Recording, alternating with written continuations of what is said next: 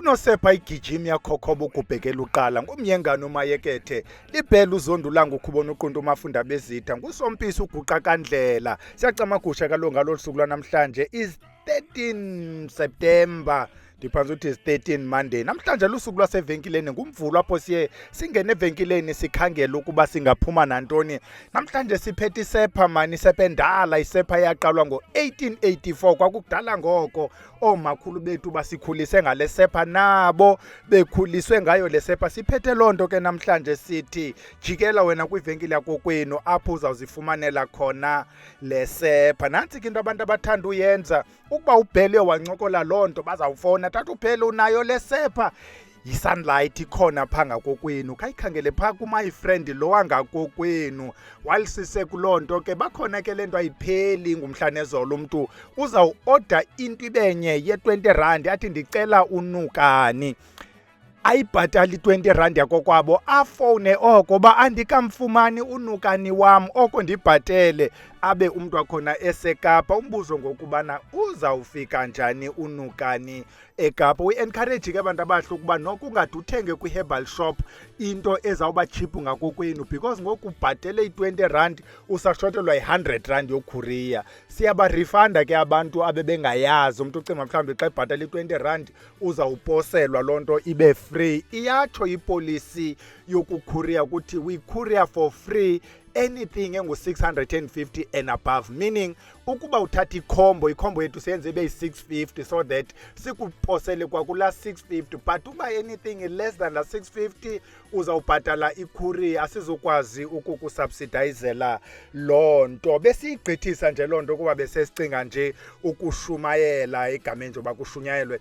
Namhlanje sithi siphethe lonto kapha evenkileni iSepha isunlight mntana omhle iSepha enhlele iSepha ethandwayo iSepha esetyenzisiweyo. Sithetha ngalena eyibar not iliquid. Asithethi ngeliquid ungasibuzi ngeliquid, we talking only about the bar. Remember eziSepha iprocess yokuzenza even though iprocess yokuzenza isoponification but there is i-approach different xa kwenziwa iliquid than xa kusenziwa the bar. Sifocuse thina kwi-bar soap.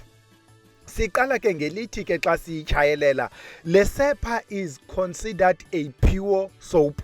Xa bethi into is a pure soap, lo Sepha ngokweprocess yokwenziwa kweSepha ke yonke la process beyond isoponification bazawuthi le Sepha has no bleaches, ayinazi chemicals, ayinazi dye, ayinazi GMOs, ayinazo zonke nje izinto ekuthiwa zi-corrosive. iSepha nje ezipholeleyo, iSepha ekwazi uhlamba umuntu, ihlamba izitya, ihlamba impahla is that soap. It has always been like that ke lena iSepha since 1884. You see, here's a process we take when we come with ezi zinto. Umzekelo iSepha nje enjengalena, we start by looking at imbali yayo le Sepha okanye lonto sincokola ngayo.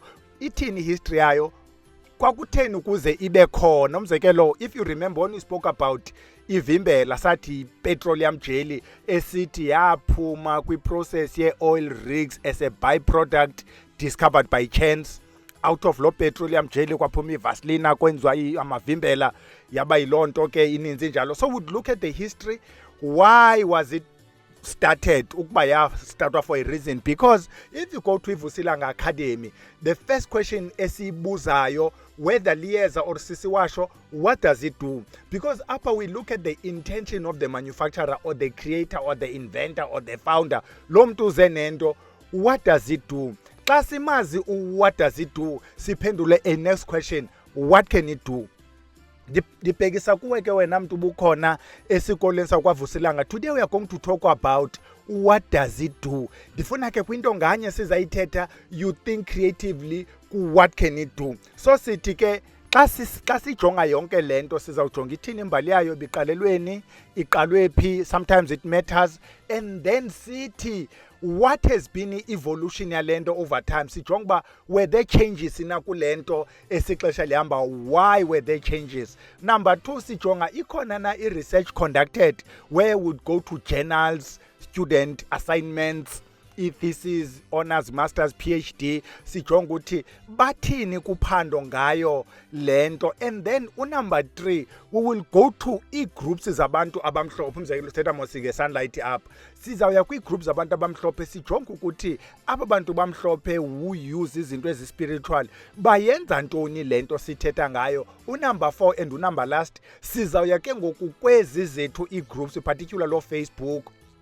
ukuthi xa kuthakwa ngabantu bakuthi bamayeza nabantu beziwasho benzani. And most of the time ke there's a lot of similarities between abantu abamhlophe nathi bantu abamnyama. Adding ke kulento yokuthaka, we also look at history, abazali bethu bebeyisebenzisela ntoni lento sithetha ngayo. Siphethe ke ngoku lento iSepha sithi number 1 sithi bathi i-pure is pure soap, is an all rounder, ingena kwizinto ezininzi. Bathi yenzani ke abantu abayisebenzisileyo, ingakumbi abantu abamhlophe? This is what we got from ezi groups zabantu abamhlophe. Number 1, bathi iyazisusa ii-pimples, iyazisusa ii-blackheads.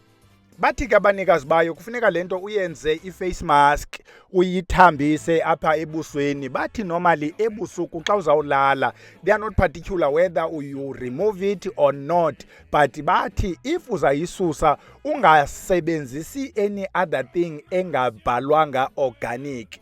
Unumber 2, bathi iyancedisa kwii-burns, wena mntu otshileyo, onaloo ndawo itshileyo, whether utshiswe ngamanzi, utshiswe into etshisayo. I'm not sure about i-sunburns noba iyancedisana kuzo. For such things ke ze-sunburns would recommend into njenge-aloe vera oil, but bathi iyancedisa ke kwizinto ze-burns. Ngabanikazi ke bezindawo zee-groups zabelungu. Number 3, bathi iyazisusa izplinters. Umzekelo mhlawumbi wena uhlatywe likhuni, langena elikhuni, bathi all you need to do kukuthatha lento uyigrate, uyidibanise neswekire emhlophe, and then lento uzihlambe, wenza into ebu-paste, uyi-aplaye. Bathi ungayibhandija noyibhandija, la paste uyenzileyo, la swekire nala sunlight uyigratileyo, uyi-aplaye, and then kuthiwa within ii-hours ezithile phumile ikhuni ebelikuhlabile. Unumber 4, wena mntu ke one-ticks and fleas kwiikati zakho nezinja zakho, kuthiwa thatha yona lento uyigrate, uyifake emanzini, uthi chatha intwana editol, uyihlukuhle, ukuyiyeka itsale, and then utsitsize ezi zilwanyane zakho ziyeke ukukuphathela iintwala. Unumber 5, wena mntu unabantwana abazawubuya begruzukile kudlala, kuthiwa is important ukuthi kula migruzuko ubahlambe ngayo le sepha. Kuthiwa iyayikhawulezisa la process yokuphola kweza bruises, kweza nto kuthiwa zii-grazes ngabantu bakhona apho umntana begruzuke khona. Nantso ke into ebesifumene kwezi groups zabantu abamhlophe. We couldn't find any journal article, we couldn't find any research paper. Mhlawumbi lento is not worth ukuresearchwa, except when they were talking about isoponification nje as a process, comparing and contrasting ukusetyenziswa kwe-fats and oils. Besingafuni loo nto ke. Bayenzani abantu bamayeza esintu neziwasho? We all know ukuthi lento kudala isetyenziswa isiwasho ngoomakhulu. Oomakhulu bebethi xa ungumzukulwana kuthiwa umntana uneproblem esiswini, uzawucinywa ngayo lento. That was very central kwi-lives zabantu abamnyama. Umakhulu uza kucima ngale sepha. I still remember nam abantwana ababebancinci kunam, iza kwenziwa lento ibe wikinyana, and then kutsalwe ngesirinji, umntana acinywe, kukhutshwe ezo zinto zingafumaneki. Nabantu abadala ke bayacima ngalento. Abantu abadala ke because amathumba abo seqinile, bazayidibanisa nezinye izinto ke, izawuba yi-sunlight idibane nezinye izinto ibe bubutyobo, umntu acime. Nabantu beziwasho ke kwezicawe zomoya, xa ucinywayo izawufumanisa uba i-sunlight le izawuba ngucentral kuloo nto ucinywa ngayo. Unumber 2, le nto xa sekuphinde kubuyelwa kwiziwasho isetyenziswe kakhulu kwiziwasho ezihlambayo, ukuhlamba nje generally. Izawuba khona le nto iyi-sunlight idityaniswe nespirit, idityaniswe netyiwa nezinye izinto umntu ahlambe ngayo. Not because uhlambela ukuthini, but ukuhlamba nje. Njengoba nabantu bamayeza, umntu use iyeza ukuhlamba ngeyeza, laa nto engu-continuous. Andanoba siyibiza uprevention na ukwenzela ungabisaba nazo izichitho. Unumber 3, abantu abenza izinto zokugxotha izilwane. Uzawufumana siba aba basebenzisa iziwasho ekugxotheni izilwane bazayisebenzisa le sepha, wahambe ke kudityaniswe le sepha nezinye izinto njengoba sesitshilo oomadubhula spirit kuthi sanetyiwa kuthiwa uyohlanjwa emlanjeni, izawuba khona le sepha kuloo nto yenziwayo.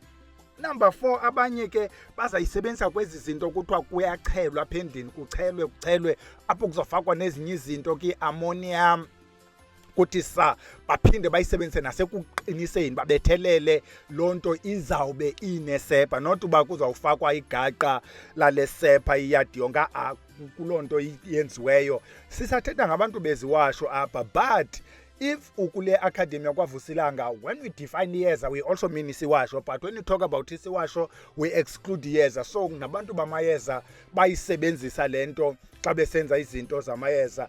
Unumber 5, iyagquma lento, iyafutha, you steam ngayo i-sunlight nazo zonke ezinye izinto. You remember we said is a pure soap, so ayinazo ii-chemicals ezi-corrosive. If ezi zinto uzidibanise nazo yazi ukubana azikho corrosive, because when you steam you don't want to inhale ii-gases zihambe zikwenzela i-asthma, bronchitis. Uqale ngeproblem yokhupha isichitho, now you ended up with iproblem entsha efuna ngoku kubekho izinto you understand most. Unumber 6, this is very interesting. As we were going through kujonga lento kuthithini, we came across something called DJ sunlight. Very interesting discussion kubantu beFacebook. Kuthiwa yimixovo ke yabantu abangoomama. Sayilandelela lento safumana siba ayiphelanga kwezi groups zabantu abangomama, they also transported lento yaya kwezinye ii-groups zika-Facebook. We even bumped lento ko-Twitter apho kuthethwa ngayo lo DJ Sunlight. Ngabantu abangomama ke bayisebenzisa for a number of reasons. Some are very interesting. Yes, some are very interesting. Nebona i-levels ka-interesting azilingani. Eyokuqala sifumanisa ukubana bayisebenzisa xa besithi babuyisa izithandwa. There was this one combination a very popular kwezi groups apho kuthi uthatha le sunlight kwibhaket lamanzi okanye kuloo basin, udibanise nesepha emhlophe, wenza igwebu, uthatha igwebu ulibeke left, uvuthele, ubize isinqanda. Abanye bathi kwayona lento iphephetha lo mntu ujikelezana nesinqanda sakho sewushiwa nje, uphephethe lo mntu ukushiyayo. Kubekho this very interesting, yabona ke ngoku very in capital letters, apho bathi it can also reduce inanas. I don't know ke nga this one, I read it and it didn't make sense that mandiyigqithe. Wena mntu oyilandela ke le mixovo khawukomente mana phezantsi utsho ukuthi ithini lento, because bakhona bano-benefit. Yabona eza groups zabantu abangomama bakhona bakhoyo kweza groups abalapha phakathi kwethu. Unumber 7, sometimes I just lose nje itrack on i-numbering. Unumber 7, iyaphinda lento isetyenziswe. Remember sithe iyasebenza kwizinto zokukhupha izichitho, ukugxotha izilwane, ukuchela ekhaya, ukuqinisa, but iyaphinda isebenze nje xa ufuna uthandeka. Iye ngokuba lento uyimixe njani, because xa beyidibanisa nesepha, I mean oma long life, ubiso lomhlophe idityaniswe nesepha, I mean ilento i-sugar, white sugar idityaniswe ne-camphor block and those things ezikwenza ube attractive, ikuncedisa kuloo direction kuselapha kwiziwasho. Apha emayezeni likhona iyeza eligxotha izinto ezirhubuluzayo elidibanisa ne-sunlight.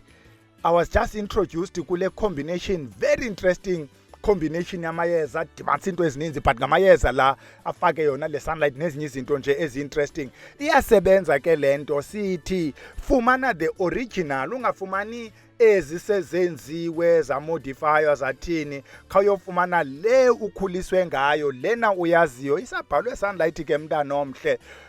Ukube ibhalwe elinye igama it means ayizuba yiyo. Nantso ke into ebesiyiphethe sithi khawuhambe uye evenkileni uzenzele nawe isiwasho, kwenzeke mntana omhle ube mhle. Siya kuDisemba ngokufuneka sibe bahle xa siyojiva, singajivi sinezi kuthiwa zintoni ezantu izimnyama. Kanti wena mntu odaye izinto tata uphele kumazisebenzi, khona ikhombo yesichitho apha ekhaya, ikhona ikhombo yesilwane ukwenzela uba ujive umhle kuyo le festive season ye-stomach out. Masiyekeni kilale siyodibana Wednesday camako.